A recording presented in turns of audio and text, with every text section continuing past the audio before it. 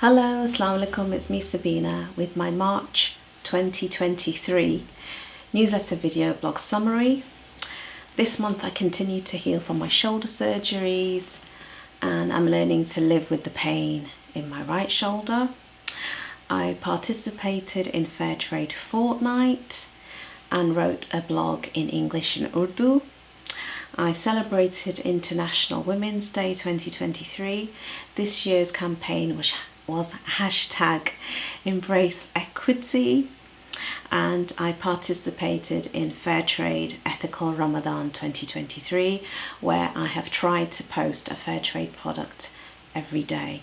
Ramadan Mubarak and Kareem to all my friends, family and Fairtrade artisans and producers all over the world. Thank you so much for watching, and I wish everybody a happy and blessed Ramadan. Take care. Bye for now. Walaikum assalam.